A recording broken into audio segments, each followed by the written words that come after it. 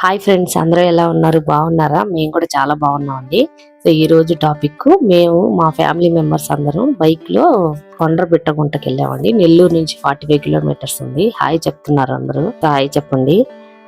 మా చిన్నోడు మాత్రం వెనకాల వచ్చే కార్లు సైకిల్ అని బిజీగా చూస్తా ఉన్నాడు. సో హైవే బాగుండడంతో మేము 1 hour లోనే రీచ్ అయిపోయినాము. 45 కిలోమీటర్స్ ఉన్నా కూడాను.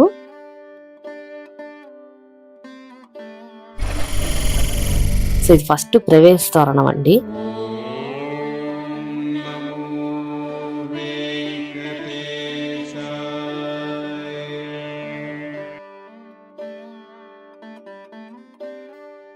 సో ఊళ్ళోకి వెళ్ళడానికి 2 kilometers ఉంటది ఇక్కడ నుంచి. సో ఇక్కడ రైల్వే గేట్ వస్తుందండి మధ్యలో. సో ఇది రైల్వే ట్రాక్ దాటిన తర్వాత నుంచి మనకి దూరంగా గోపురం కనిపిస్తుందండి, చూడండి. చాలా బాగుంటది వ్యూ. మార్నింగ్ అయితే మీకు ఇంకా చాలా బాగుంటది వ్యూ ఇక్కడ నుంచి.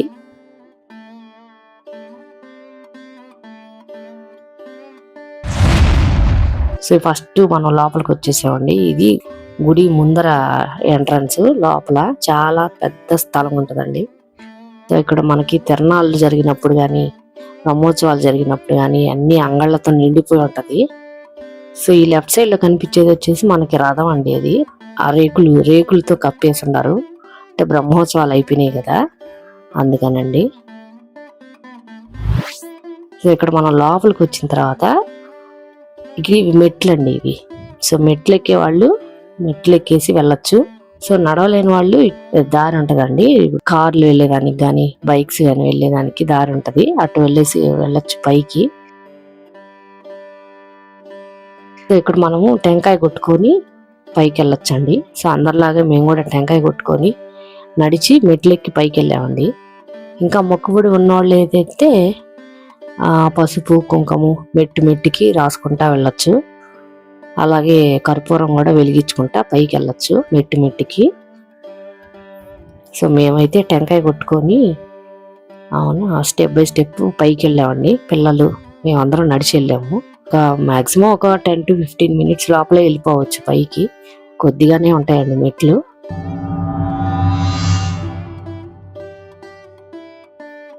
సో ఇక్కడ నుంచి వ్యూ పైన గోపురము.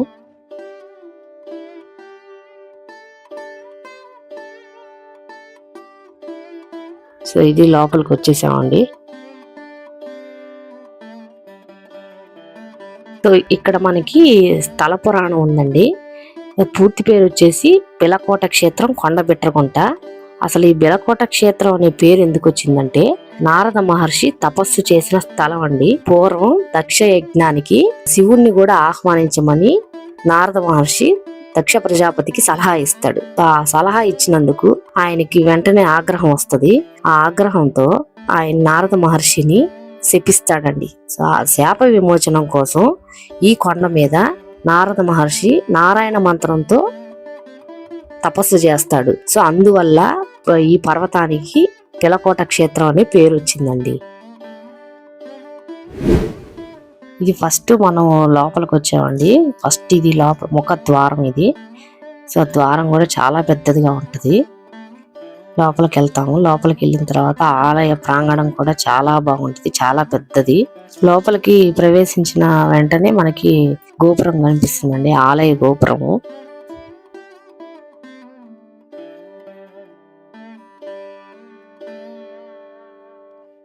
మనం ఈ ముఖద్వారం నుంచి లోపలికి వచ్చిన వెంటనే ఈ మనకి కుడి పక్కనే మనకి వేణుగోపాల స్వామి ఉంటాడండి. సంతాన వేణుగోపాల స్వామి అంటారు. ఆయన ఈ క్షేత్రానికి క్షేత్ర పాలకుడు. మొదటగా మనం ఆయన్ని దర్శించుకున్న తరువాతనే వెంకటేశ్వర స్వామి దర్శించుకోవాలి అని అంటారండి పెద్దలు.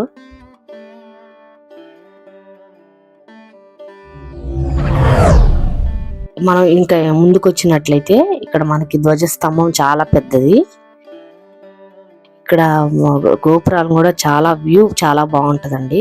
ఆలయ గోపురాలండి ఇవన్నీ, చాలా బాగుంటది. ఇది ధ్వజస్తంభం అండి, ఇక్కడ నుంచి చాలా పెద్దది. సో అందరూ పసుపు కుంకాలు పూలు అన్ని వేసి చాలా పూజలు చేస్తుంటారు. చాలా బాగుంటుందండి, చాలా పెద్దది. శనివారం అయితే చాలా మంది ఉంటారండి, అస్సలు జనాలు ఎక్కువగా ఉంటారు, సందు ఉండదు అసలు. ఇక్కడ ధ్వజస్తంభం ముందు దీపాలు, పొంగళ్ళు చాలా పెడతారండి, చాలా ఆనవాయితీగా పెడతారు.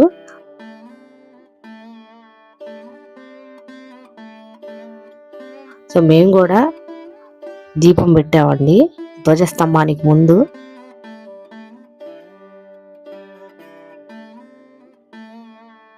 మామూలుగా అయితే మనకి ప్రతి విష్ణు ఆలయంలో స్వామికి ఎదురుగా గరుత్మంతుడు ఉంటారు, కానీ ఇక్కడ వచ్చేసి మనకు ఆంజనేయ స్వామి ఉంటారండి స్వామివారికి ఎదురుగా. ఇక్కడేనండి, ఇదేనండి ఆంజనేయ స్వామి ఆలయము. సో ఈ ఆంజనేయ స్వామికి ఎదురుగానే మనకి వెంకటేశ్వర స్వామి ఉంటారు. ఈ గోపురం చూశారు కదండి, చాలా బాగుంది కదా. ఇది వచ్చేసి గర్భగుడి ఆలయ గోపురం అండి ఇది. ఇక్కడ వచ్చేసి ధాన్యం అంతా వేసున్నారు కదా, ఎందుకనంటే ఈ చుట్టుపక్కల ఉండే గ్రామస్తులు వాళ్ళకు పండే మొదటి ధాన్యము దేవుడికి సమర్పించుకుంటారండి నైవేద్యంగా. ఇక్కడ చూశారు కదండి, అమ్మవారి దర్శనం ఇస్తున్నట్లుగా చాలా బాగున్నారు.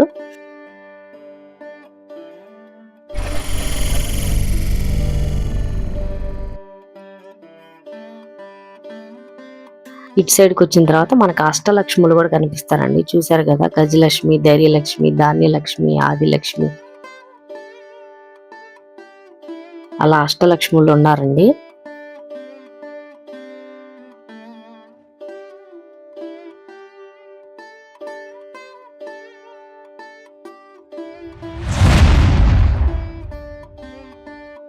వచ్చేసి నారద మండపం అంటారు.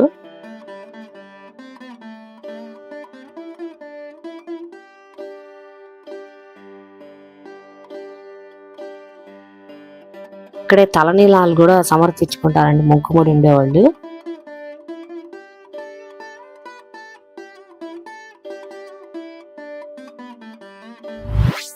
ఇది వచ్చేసి వాహనశాల అండి, వాహనాలన్నీ ఉంటాయి లోపల.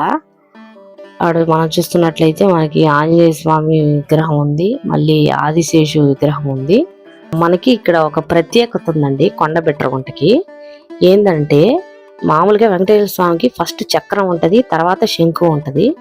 ఇక్కడ వచ్చేసి మనకి ఫస్ట్ శంకు, తర్వాత చక్రం ఉంటది పక్కన. ఇలాగే ఈ తేడా కూడా మనకి గర్భగుడిలో కూడా చూడొచ్చండి, ఫస్ట్ శంకు ఉంటాడు, తర్వాత చక్రం ఉంటది.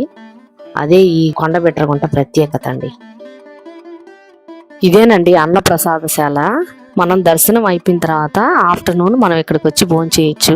గుడికి ఆపోజిట్ ఉంటుంది బయటకు వచ్చిన తర్వాత. సో ప్రతి శనివారం అన్నదానం చేస్తారండి ఇక్కడ.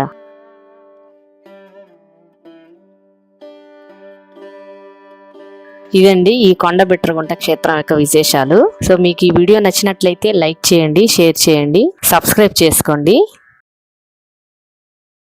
మరిన్ని వీడియోలతో మళ్ళీ కలుద్దాం.